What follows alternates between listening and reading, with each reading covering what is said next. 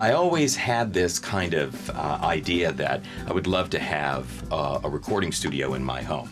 In 1984, my wife had given me a great birthday gift. It was a Neumann U87 microphone.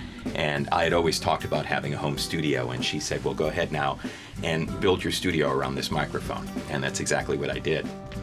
You lead the way, Sam. I wanted to really do it right. Let's go with a booth, but let's make it big. And I want big windows in it too.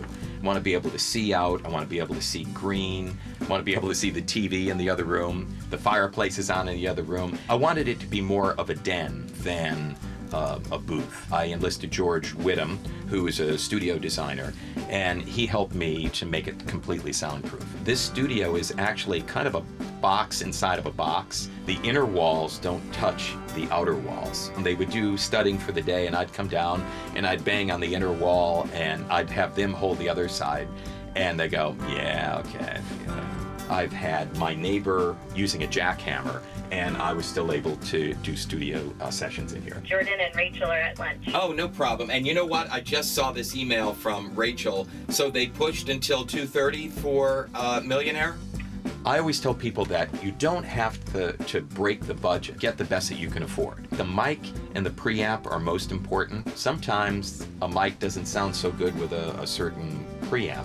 So that's another thing that you kind of try out when you're looking. I go between a Sennheiser 416 microphone, which is kind of like the standard. I mean, that microphone is seen in most studios, certainly in Los Angeles and around the country. I love the Neumann U87 because I was working in radio here in Los Angeles at a radio station called K-Hits, and they had U87s all over, and it was like, wow.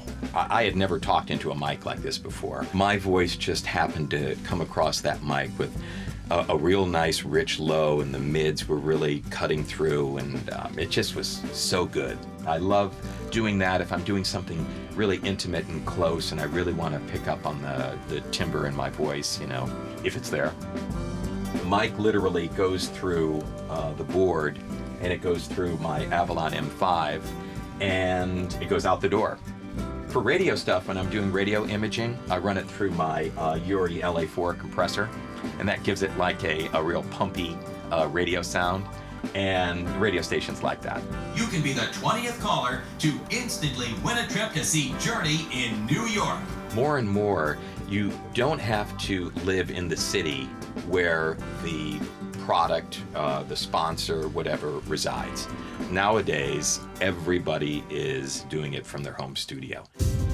What the future is in interconnectivity between voiceover talent and between studios and networks and things like that is using the internet and IP to IP.